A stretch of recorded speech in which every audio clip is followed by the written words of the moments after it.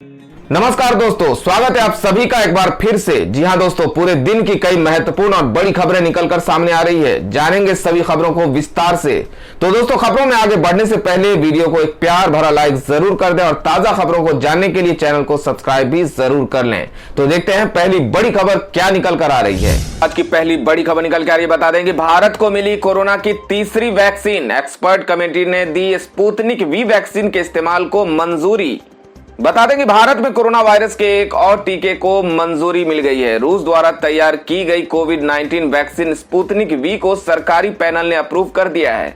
विशेषज्ञ समिति ने रूस के स्पुतनिक वी टीके के भारत में आपात इस्तेमाल को मंजूरी देने की सिफारिश की है। अब भारत के औषधि महानियंत्रक यानी DCGI की औपचारिक मंजूरी जरूरी होगी। ये भारत में कोरोना के खिलाफ तीसरा हथियार है।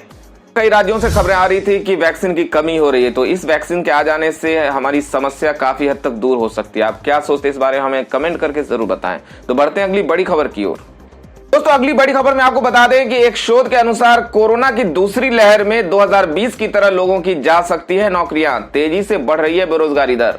बता दें कि देश भर में कोरोना की दूसरी लहर आ चुकी है। हर दिन नए कोरोना पॉजिटिव मामले तेजी से बढ़ रहे हैं। कोरोना के प्रकोप के बीच एक शोध में डरा देने वाले संकेत दिए गए हैं। कोरोना की दूसरी लहर के दौरान कोविड-19 मामलों में तेज वृद्धि के साथ देश की अर्थव्यवस्था को हिट करना शुरू कर दिया था। एक निजी शोध रिपोर्ट बताती है कि अप्रैल से बेरोजगारी की दर बढ़ने लगी है और यह संभावना जताई गई है कि 2020 की तरह इस साल भी लाखों लोगों की नौकरियां जाएगी।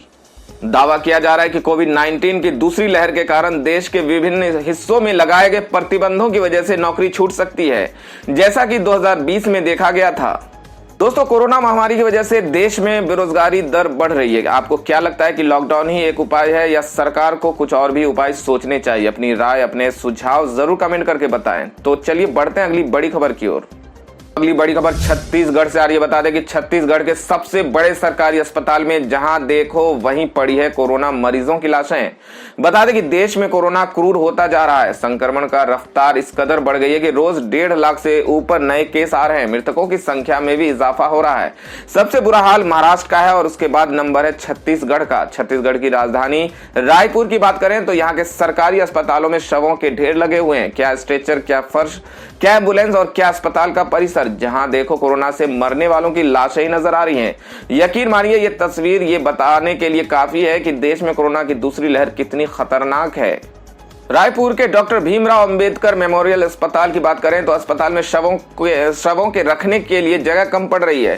फ्रीजर पूरी तरह फुल है और फिलहाल अस्पताल में जहां जगह दिख रही है वहीं लाश रख दी जा रही है। लाचारी व्यक्त करते हुए अस्पताल के अधिकारी ने बताया कि कोरोना से मरने वाले मरीजों के शव अंतिम संस्कार के लिए तेजी से मुर्दाघर में जमा किए जा रहे हैं। अस्पताल की हालत ऐसी है कि ICU और ऑक्सीजन वाले बेड पहले से भरे हुए हैं। रायपुर की मुख्य चिकित्सा अधिकारी मीरा बघेल ने कहा कि कोई भी अनुमान नहीं लगा सकता कि एक ही बार में इतनी सारी मौतें होंगी। हम नहीं समझ पा रहे हैं कि 1 से 2 मौतों की जगह 10 से 20 मौतों की रिपोर्ट कैसे सामने आ रही है। एक साथ इतने लोगों के शव का फ्रीजर में इंतजाम कर पाना नामुमकिन है। तो इतनी भयावह तस्वीरों को देख करके मन विचलित हो जाता है। सरकार को और क्या उपाय करने चाहिए रोकथाम के लिए? आप अपने सुझाव हमें कमेंट करके जरूर बताएं। बढ़ते हैं अगली बड़ी खबर की ओर। अगली बड़ी खबर में बता दें कि नवरात्रि और रमजान को लेकर यूपी, दिल्ली समेत अन्य राज्यों में क्या है नियम। तो बता दें कि कोरोना महामारी के प्रकोप के बीच 13 अप्रैल से नवरात्रि और 14 अप्रैल से रमजान की शुरुआत हो रही है। ऐसे में उत्तर प्रदेश सरकार समेत अन्य राज्यों ने कोरोना के चलते सख्त गाइडलाइन जारी की है। प्रदेश सरकारों द्वारा लागू किए गए नियमों का उल्लंघन करते अगर कोई पाया जाता है तो उसके खिलाफ सख्त कार्रवाई होगी। उत्तर प्रदेश के मुख्यमंत्री योगी आदित्यनाथ ने नवरात्रि और रमजान के लिए सुरक्षा और बचाव का मंत्र दिया है, जिसमें सरकार का स्वच्छता, सैनिटाइजेशन और फॉगिंग पर जोर दे रहे हैं। उत्तर प्रदेश में सरकार ने सभी धार्मिक स्थलों पर एक बार में केवल 5 लोगों को ही प्रवेश देने का फैसला किया है। इसके अलावा प्रसाद बांटे और पवित्र जल के छिड़काव पर भी प्रतिबंध रहेगा।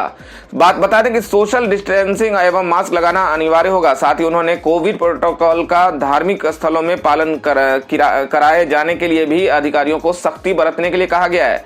शहरों के साथ गांवों में भी स्वच्छता तथा फॉगिंग पर जोर दिया जा रहा है। इसके अलावा बस स्टेशनों पर हो सुरक्षा व्यवस्था के पुख्ता इंतजाम किया जा रहा है। कोविड हेल्प डेस्क बनाई गई है।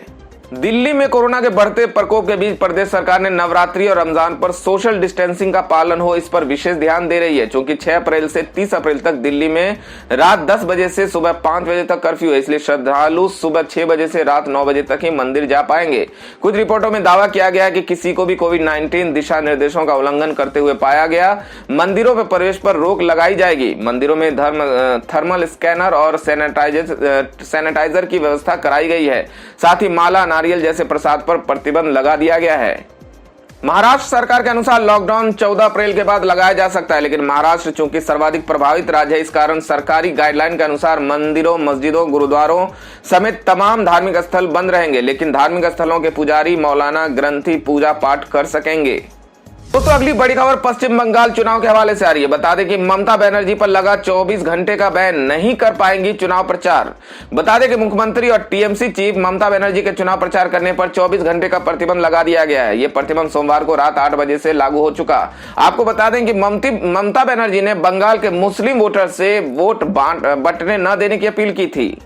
वहीं महिलाओं से सुरक्षा बलों का घेराव करने की सलाह भी दी थी। इन दोनों मामलों में चुनाव आयोग ने नोटिस जारी कर ममता बनर्जी से जवाब मांगा था। ममता द्वारा दिए गए जवाब से जब आयोग संतुष्ट नहीं हुआ तो उसने चुनाव प्रचार करने पर बैन लगा दिया। इसके अलावा चुनाव आयोग ने ममता बनर्जी को ऐसा न करने की सख्त हिदायत दी है।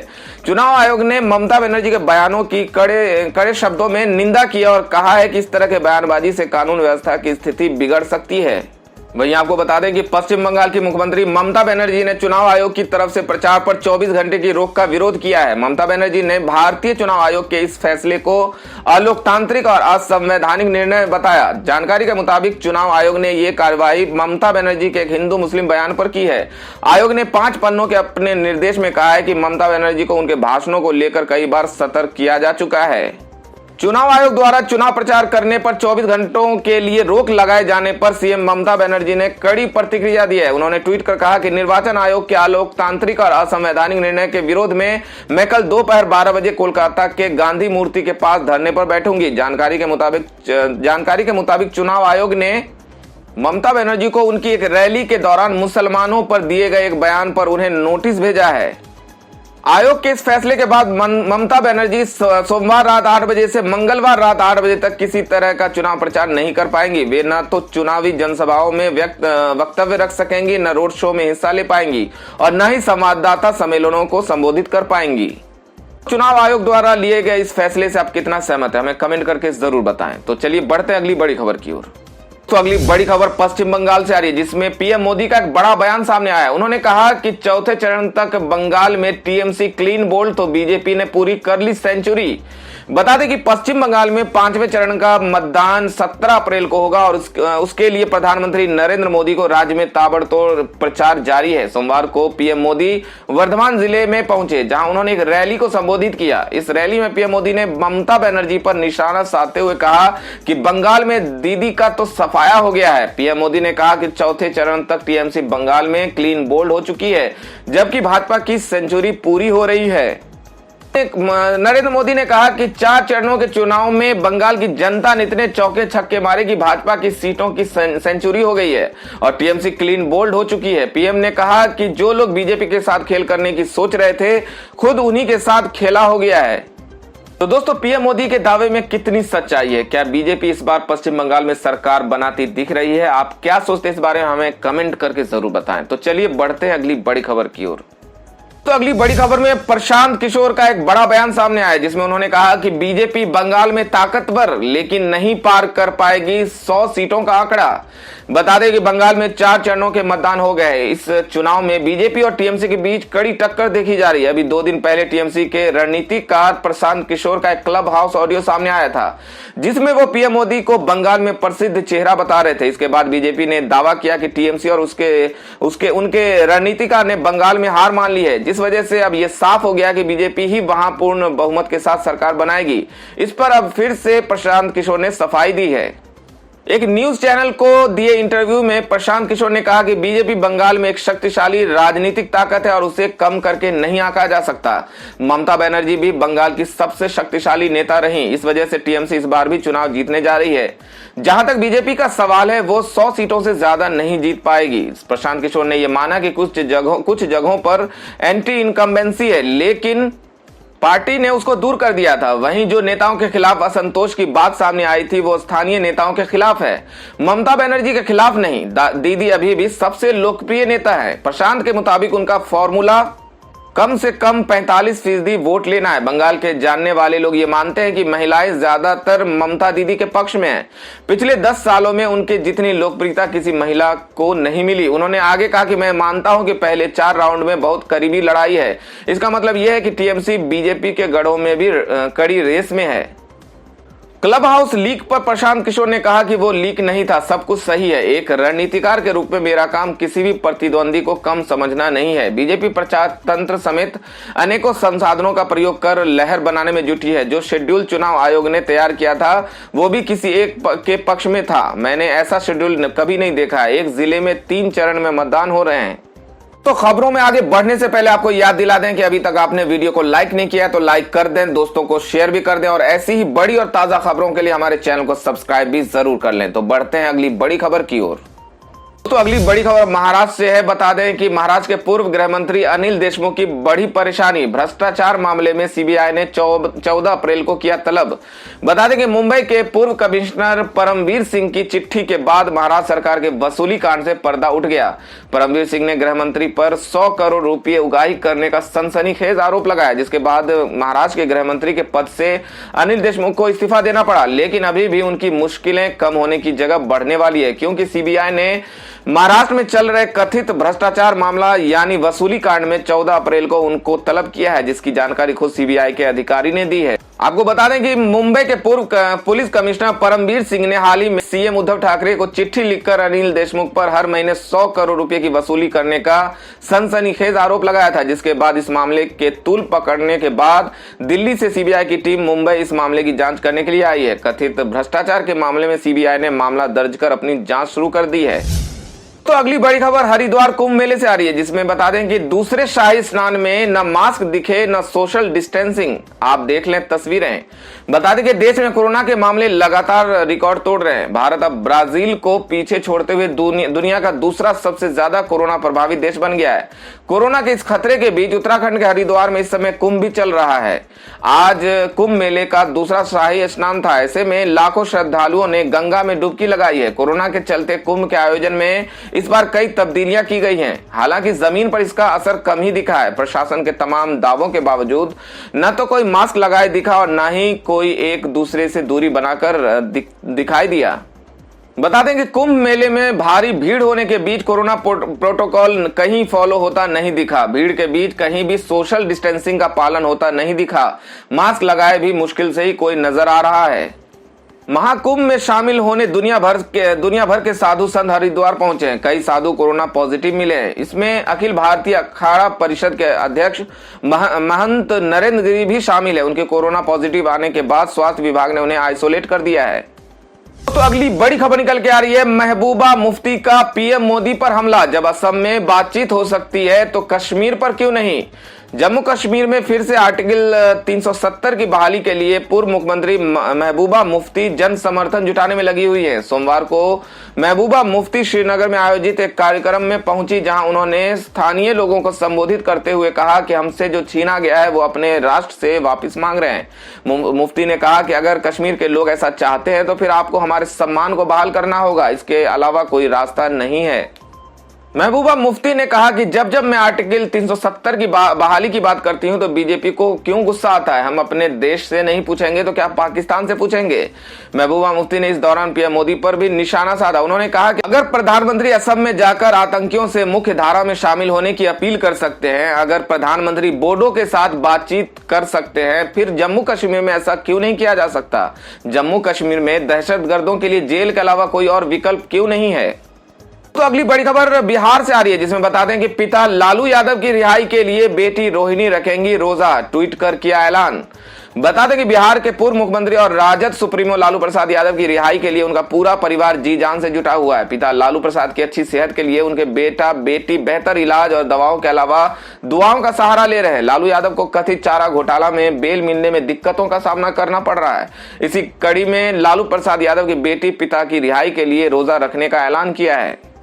बता दें कि रांची कोर्ट में उनकी जमानत अर्जी पर सुनवाई बार बार बाधा आ रही है। उनकी रिहाई न होने से परेशान पहले बड़े बेटे तेज प्रताप यादव ने आजादी अभियान शुरू किया था। इसके बाद तेज प्रताप ने घर में पूजा पाठ भी कराया था।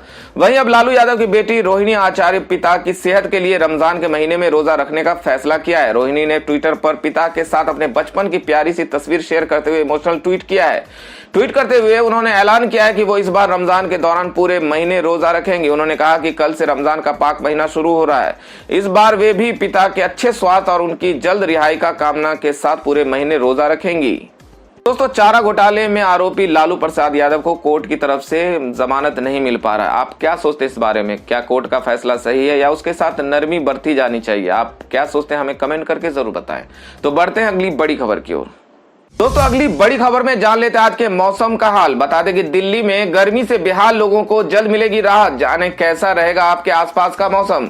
बता कि देश में एक तरफ जहां लोग गर्मी से बेहाल है, वहीं कई राज्यों के लिए मौसम विभाग ने बारिश का अलर्ट जारी किया है। मौसम विभाग की माने तो अगले 4-5 दिनों में मध्य प्रदेश, विदर्भ, तेलंगाना, छत्तीसगढ़, पश्चिम बंगाल और उड़ीसा के अधिकांश हिस्सों में आंधी तूफान के साथ तेज बारिश होने की संभावना है। जम्मू कश्मीर और लद्दाख में तूफान आने की संभावना जताई गई है।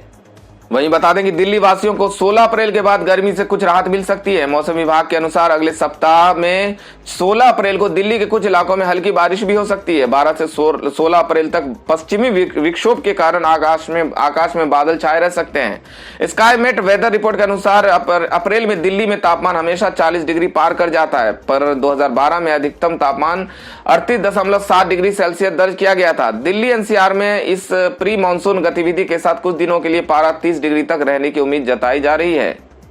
तो दोस्तों, ये थी अब तक की सभी बड़ी खबरों की अपडेट्स। टुडे ब्रेकिंग न्यूज और लेटेस्ट खबरों को देखने के लिए हमारे चैनल को सब्सक्राइब जरूर कर लें। वीडियो लाइक और शेयर जरूर कर दें अपने दोस्तों और रिलेटिव्स के साथ। तो दोस्तों, आपसे फिर मिलेंगे काम की खबरों और सरकारी योजनाओं की एक और नई वीडियो के साथ। तब तक के लिए धन्यवाद दोस्तों।